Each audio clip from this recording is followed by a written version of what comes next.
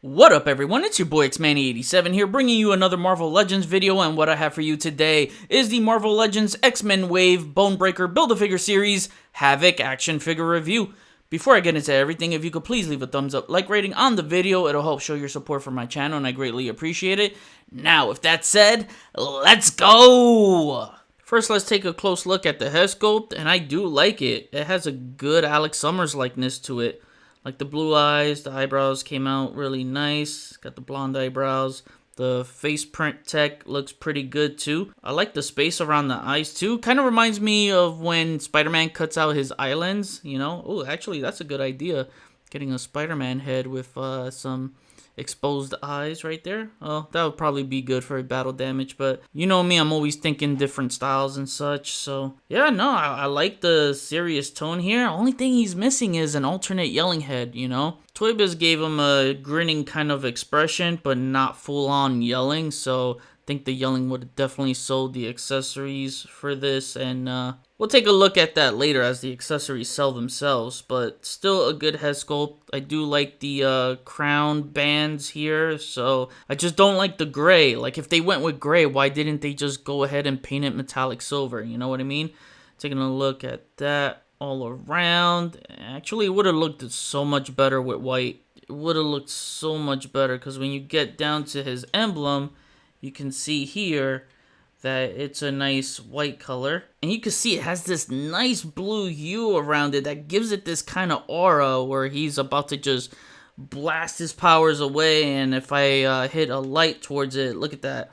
Oh, it illuminates so nice and definitely sells, you know, like he's powering up. It looks so good. They did a really good job on this. In some of his older looks, he had this white band around his neck, and he doesn't have that here. It's not a make or break for me, but I did play around with some ideas. I did take the neck brace from Jigsaw and put it on this guy just to see how it looks. I don't know, you decide. But for me, looks like this dude really injured his neck and needed a neck brace. So again, it's not a make or break for me, but I did want to show you a different option. I did take the Bonebreaker one, and it's even bigger. So I don't know, they both look like one of those depowered mutant collars. It just doesn't look right to me, since that band around his neck was normally part of his skin tight costume. And then for the rest of the body, he's on that Spider-Man white suit 2099 costume.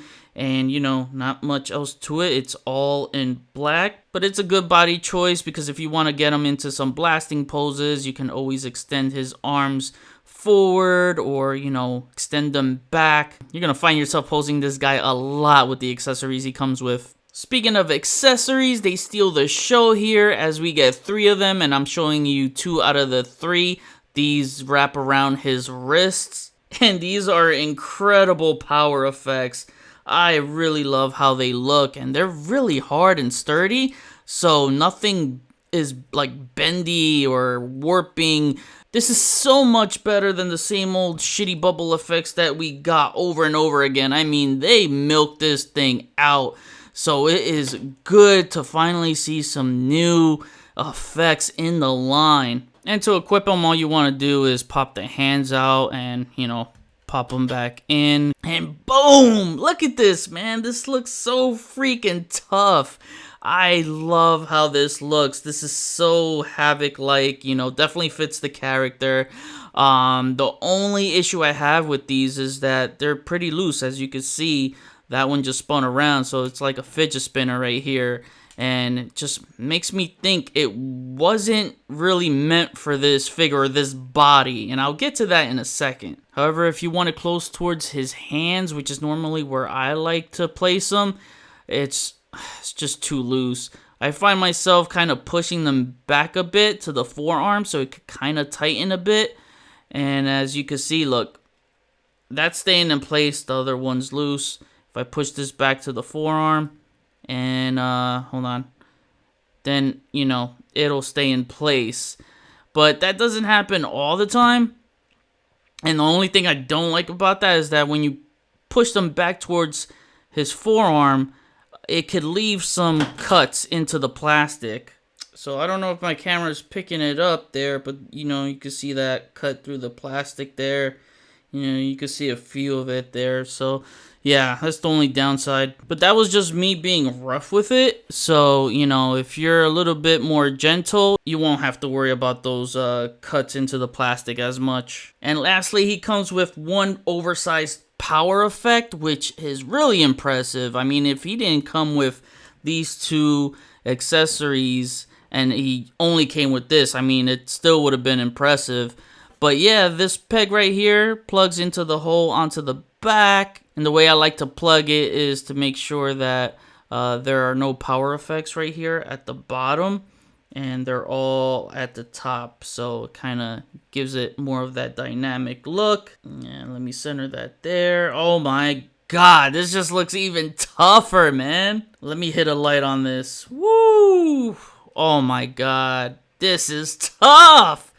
This is just so freaking tough, man. Kudos to Hasbro for, like, finally giving us new power effects. You don't know how happy this makes me. And like I was saying before, Screaming Head would have put these accessories over, man. Like, it would have been a 10 for me. It just looks so nice, the power effects on his hands, and then his emblem right there, picking up the lighting and the aura, and that big power effect.